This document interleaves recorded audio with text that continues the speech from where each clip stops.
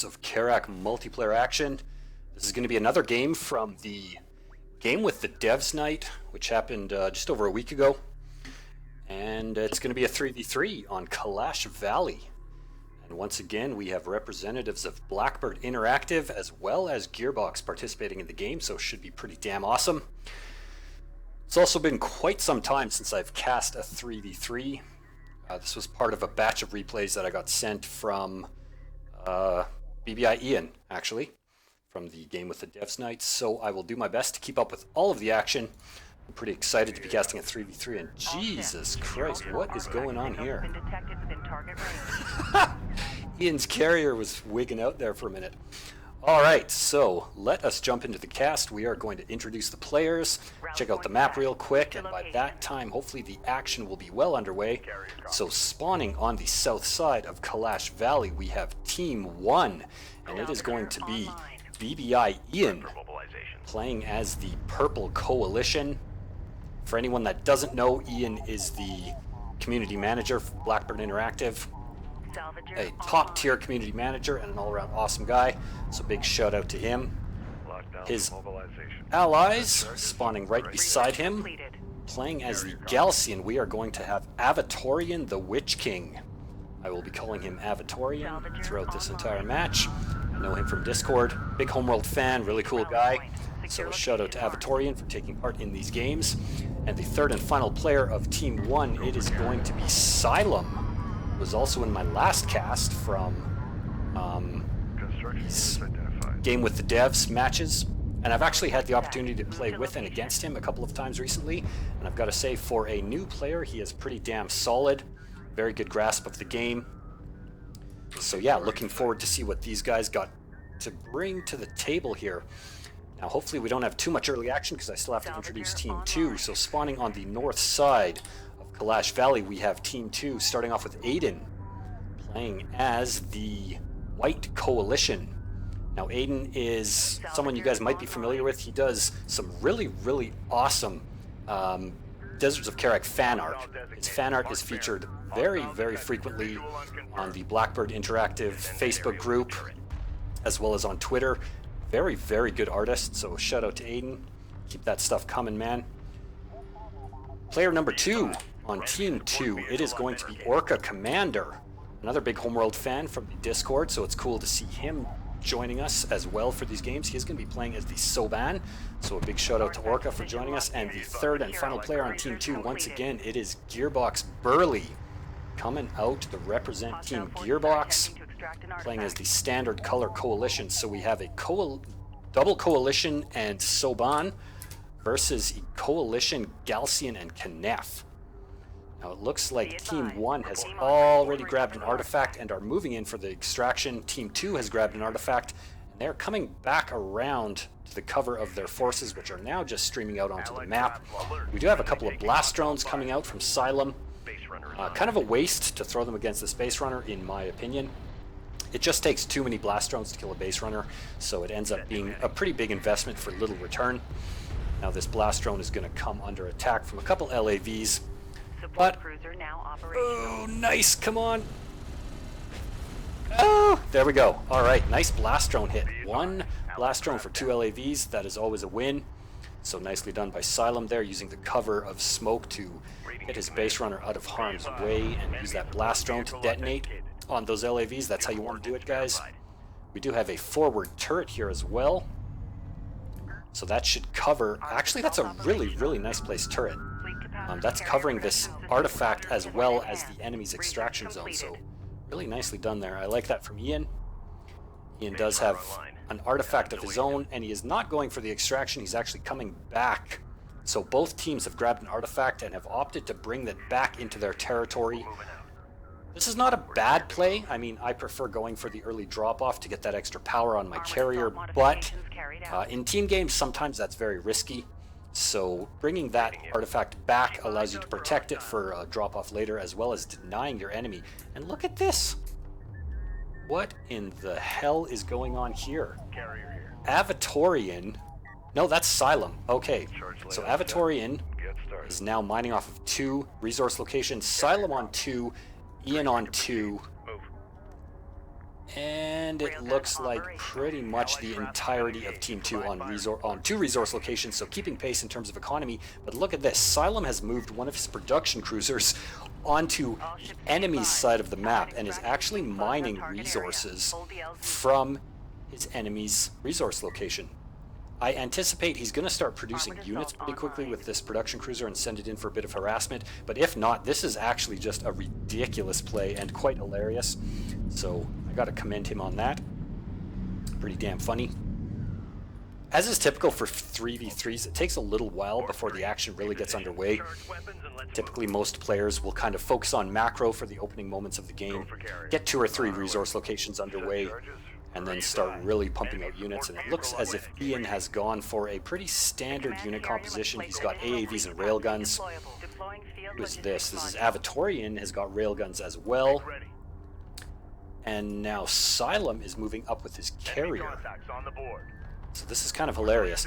Now, Orca's base runner is going for a drop-off. It's gonna spot Xylem's production cruiser and resourcing location, so this is going to alert Team 2 to the fact that you've got some hilarious resourcing cheese going on here. I find it extremely unlikely that this base runner is going to make the drop. He's being harassed. He's already at half health just from this one sand skimmer. He's going to run across the turret. That's going to shut that down. And we've got a fight brewing over on the right-hand side. Ian's 1 AAV with armor upgrades versus... oh my, he's got 1 armor upgrade. And this is going to be Aiden. Aiden has 4 AAVs with 2 armor upgrades. That is not a fight this one armored vehicle wants to take. Pretty sure this base runner is not going to make it for the drop-off either. I mean, it is going to be pretty damn close. Let's check this out here. Oh my, a smoke. A clutch smoke. And he makes it. So Xylem with a very, very clutch drop-off here. A couple of strike fighters coming in. Who is that? That is Orca. So Orca has gone air. We have a pretty diverse and well-rounded army here. Now look at this. Jesus Christ. There are massive amounts of AAVs and railguns streaming out across the map. We've got railguns from Orca as well as railguns from Aiden. So Aiden and Orca double teaming this right flank. And this is a fight Ian does not want to take. I don't think he's spotted all of these railguns yet, but there is also air support from Orca. So this is a massive, massive engagement here. Ian's forces are absolutely just going to get completely owned. He really, really wants to fall back here. These are Soban railguns. Do they have armor upgrades? They do not. That is unfortunate. Railguns trading blows here, but that is a fight that the Soban probably will take, although Orca, with his railguns in a little bit of a bad position here, he's letting them get picked off one by one. But he does have air cover coming in and a flanking maneuver coming on Ian's forces from Aiden. Now, this is going to force Ian to retreat once again with his base runner. He has no anti-air. But a really, really nice play here. Team 1 able to secure a 1-0 lead on artifacts. They also have a second artifact that they can drop off if they choose. The problem is going to be breaking through this right flank here. There's a significant force of highly upgraded AAVs and railguns. It's going to be pretty tough to crack, but on the left flank we have some serious shenanigans from Xylem. I imagine he's got carrier missiles. No, he doesn't. He's got his power evenly spread out into all of the systems. That's pretty good. But he now has 6 AAVs coming in. They do have armor upgrades, and this is going to absolutely lay waste to Burley's resourcing operation here. Burley doesn't seem to have much units on the field yet. But some nice airstrikes coming in from Orca, I believe this is. If I can click on one of these damn things. Jesus Christ. So yeah, Orca Commander coming in with a bunch of strike fighters. He is going to clean up these assault ships and send them packing. Is that a bomber? Oh my god, a tactical bomber! I never, ever, ever see tactical bombers in multiplayer. I am so stoked about this right now. So this was Burley's tactical bomber, actually. What an insane play. So Burley's teched straight to tac bombers that absolutely wrecked Xylem's forces here. Now he's here all by himself with his carrier, and that is not a spot he wants to be in. I mean, he could potentially snipe this carrier and take Gearbox Burley out of the game, But with support from strike fighters and now railguns coming in for a flank, this, I think, is a bad move. Xylem is overextending himself. He's going to be caught between a massive swarm of air units and a ton of railguns on the high ground here. So Xylem might have overextended himself a bit too far. Really nice play. I like this cheeky kind of resource stealing. And a good choice to come in with assault ships, but this bomber and these railguns are absolutely going to wreck his carrier. I think Xylem is going to go down here. That is going to make it a 3 versus 2. I mean, he might pull out something out of his ass, but I really doubt it. There's too many railguns here. I think he is minutes away from being taken out of this game. Let's watch his carrier. It's smoking. It's on fire. He's desperately trying to destroy all of these railguns. And it looks like he's cleaned up the vast majority of them. However, Aiden's forces are now, Avatorian's forces are now coming back. Or is this Orca Commander? I think this is Orca. Orca's forces are coming back. They are going to get a serious flank out onto Xylem's carrier, which is desperately trying to skirt this mountain formation here and keep himself alive. Is he actually going to keep himself alive? Oh my god, this... Okay, my bad, guys. I am sorry. So this was an allied force, and it looks like Ian was not able to deliver the artifact. It's still sitting over here, but now there's a massive engagement coming up. Now it's Aiden's forces which are in desperate straits here. He got outflanked in a huge way from Ian, and look at Ian's army here. Holy Christ, what has he got? Yeah, he's got 10 railguns, a couple of missile ships, and a couple of AAVs. And he has done a massive flanking maneuver on Aiden's forces here, and that was really, really well played. Aiden's carrier is now in very, very grave danger. Oh my god, when did Ian turn into such a macro monster? Look at this railgun force, man. He's got 12, 13 railguns. This is absolutely going to wreck Aiden's forces. Aiden actually needs to retreat with his carrier right now, or he may lose it. Really, really well played there by Ian. He was able to actually outflank and destroy the forces that were threatening Xylem's carrier, and then swing around to the right flank, and now he's pushing Aiden off of the right flank. But he in turn is getting outflanked by Orca Commander. Yes, it is. Orca Commander's strike fighters and railguns up on the dune here. But Ian is just going to push right through this with a superior number. Now finally has 1 armor upgrade. And the damage upgrade as well for his railgun. So look at this. Look at the right flank, actually. Good grief. Here we've got heavy railguns and assault railguns for Avatorian. So full railgun backed up by missile ships. And Ian's got mass railgun backed up by AAVs and missile batteries. He is out for blood. It looks like he wants to kill Aiden's carrier. And he is actually in a very good position to do so. Aiden is in full retreat at this point.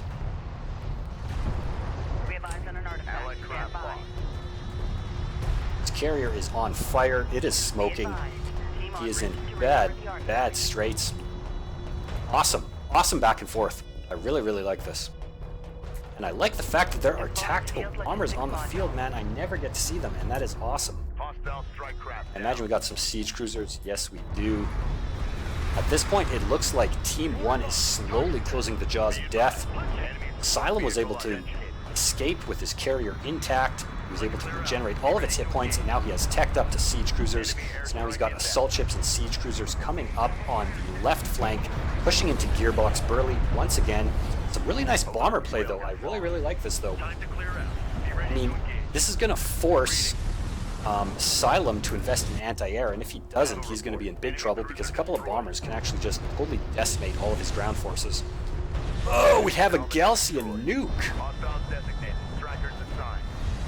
Oh man, looks like it absolutely wrecked this entire resourcing location. It takes down this base runner, a bunch of units as well. We got a desperation move from Aiden coming in here. A couple of LAVs, a small group of LAVs. Aiden actually looks like he's just spamming LAVs, which is not a bad idea, but a sweet barrage. That was an epic mortar, man. Holy crap. A couple more bomber hits, 1 bomber goes down. But Aiden has been pushed back, but look at this force here. Oh my god. And now Avatorian is pushing up with his carrier. It looks like we are gearing up for some serious epic endgame battles. We have a friggin' battle cruiser. Oh man, so we've got a battle cruiser holding up the left flank, a single battle cruiser. He is taking on pretty much the entire Knef army, as well as the Galcian carrier. I mean, a valiant push, but with the Knef and Galcian carriers here, backed up by a massive amount of railguns, that battle cruiser is going to have a very, very short life indeed, and it looks like Gearbox Burley is in for some serious trouble here. Ian has totally locked down the right flank. Look at this army. Now, on the back of all that fighting, I do apologize, I missed that. Team 1 was able to secure 2 more artifacts. They have a 3-0 lead. And it looks like Team 2 is actually in a lot of trouble here. Gearbox Burley's carrier is about to go down, I guarantee it. There are 2 siege cruisers, a Knef carrier with 4 levels of power into missiles, and a massive amount of Galcian railguns here, backed up by a Galcian carrier, and another nuke. Oh my god, look at all these missiles. This is just absolutely freaking epic. Plus a couple, oh man, a couple of siege cruiser barrages, and under the weight of that immense missile fire, Gearbox Burley's carrier goes down in a massive plume of smoke, and it is now down to Orca Commander to hold the line. Is he going to do it? The answer is no. There are so many railguns up on the high ground. Ian is pushing in. Team 1 is on full offensive mode now. It is just a matter of time before Orca's carrier goes down. Looks like 5 power now in carrier missiles. Surly, or Xylem, pardon me. And Avatorian is just pushing in with this monstrous beast of a Galcian carrier. Tons of railguns. Days are numbered for Orca, and his carrier goes down in a massive explosion. Is Aiden's still alive? He is. He has been pushed way back into the corner. Let's just check the score. The score is 4-0, so a 4th artifact was able to be delivered. I highly doubt that a 5th is going to. I mean, look at what is on Aiden's doorstep. He is in for a valiant last stand. He does have some fairly significant levels of power. Not enough to take on this, though. I mean, look at what is on his doorstep. This is a terrifying sight. Oh, man. And another Galcian nuke. Look at this. I don't think I've ever seen this many missiles before in my entire life. And all of these railguns. I think Aiden's carrier is going to have a lifespan measured in seconds from this point. And there we go, I was right. So a pretty damn epic game, I gotta say. That was a really, really enjoyable game to watch. I hope you guys enjoyed it as much as I did. If you did, smash that thumbs up button. If you haven't subscribed to my channel yet, please do so, and join me again for some more Deserts of Kharak. I will see you guys next time.